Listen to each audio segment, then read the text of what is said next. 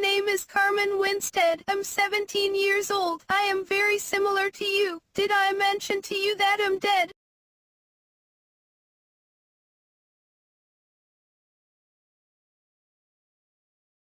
Carmen Winstead was 17 years old when her parents decided to move to Indiana.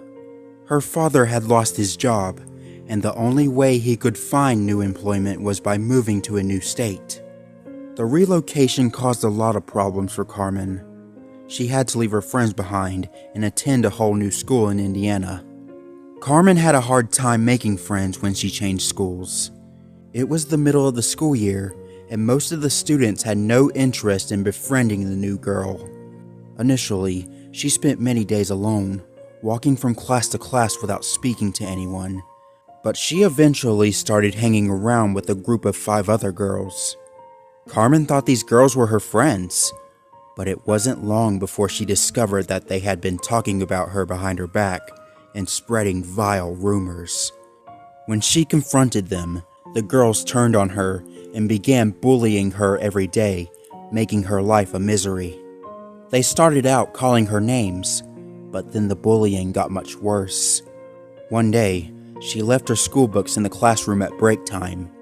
When she returned, she found someone had taken a Sharpie and written dirty words all over her books. Another day, she opened her bag and discovered someone had poured yogurt all over the insides. Sometimes she would come to school and find her locker had been vandalized. The final straw came when she put on her jacket at recess and found that someone had stuffed dog poop in her pockets. There and then, Carmen decided that she couldn't take the bullying any longer. She planned to stay behind that evening after school and tell her teacher what had been happening. Unfortunately, her decision came too late to save her life.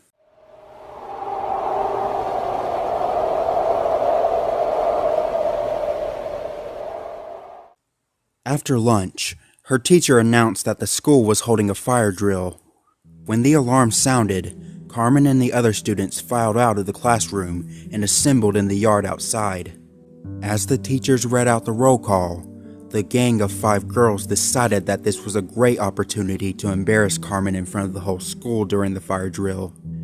They moved over to where Carmen was standing, near a sewer drain, and began crowding the poor girl, getting in her face and nudging her towards the open manhole. They pushed her, and she tripped over and fell headfirst down the manhole. When they saw her falling, the girls started giggling, and when Carmen's name was called out, they shouted, "She's down in the sewer!" All of the other students began laughing, but when the teachers looked down the manhole and saw Carmen's body lying at the bottom in the muck and the poop, the laughter abruptly stopped. Her head was twisted around at an odd angle, and her face was covered in blood. Worse still, she wasn't moving. There was nothing any of the teachers could do for her. Carmen was dead. When the police arrived and went down into the sewer, they determined that she had broken her neck. Her face had been torn off when she hit the ladder on the way down, and her neck snapped when she landed on her head on the concrete at the bottom. The police hauled Carmen's body out of the sewer and sent her to the mortuary. Everyone had to stay behind after school while the police questioned all of Carmen's classmates. The 5 girls lied to the police, saying they had witnessed Carmen falling down the sewer. The police believed the girls, and Carmen Winstead's death was ruled an accident, and the case was closed. Everyone thought that was the last they would hear of Carmen Winstead, but they were wrong.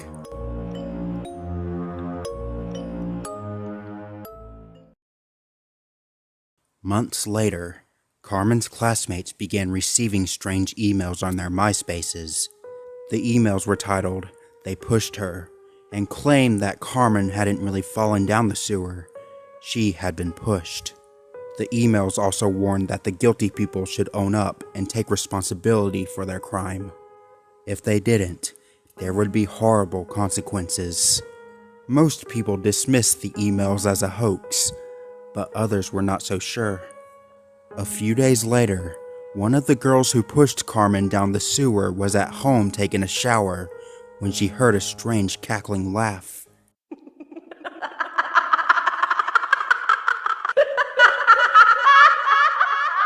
It seemed to be coming from the drain.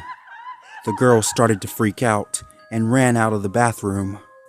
That night, the girl said goodnight to her mom and went to sleep. 5 hours later, her mom was awoken in the middle of the night by a loud noise that resounded throughout the house. She ran into her daughter's room, only to find it empty. There was no trace of the girl. The worried mother called the police, and when they arrived, they conducted a search of the area. Eventually, they discovered the girl's grisly remains. Her corpse was lying in the sewer, covered in muck and poop. Her neck was broken, and her face was missing. It had been completely torn off. One by one, all of the girls who pushed Carmen that day were found dead. They had all been killed in exactly the same way, and were all found at exactly the same spot. In the sewer, at the bottom of the same uncovered manhole where Carmen had met her doom. But the killing didn't stop there.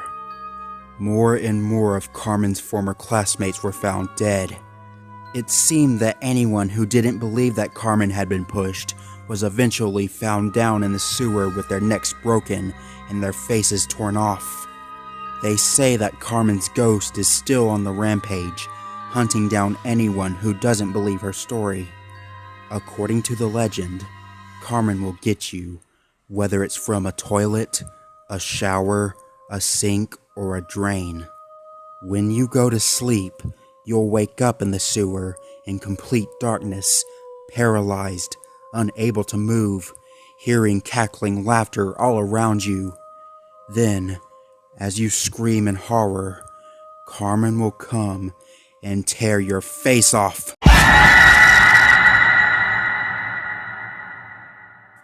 So be careful who you bully, because you just might find yourself on the receiving end of the curse of Carmen Winstead.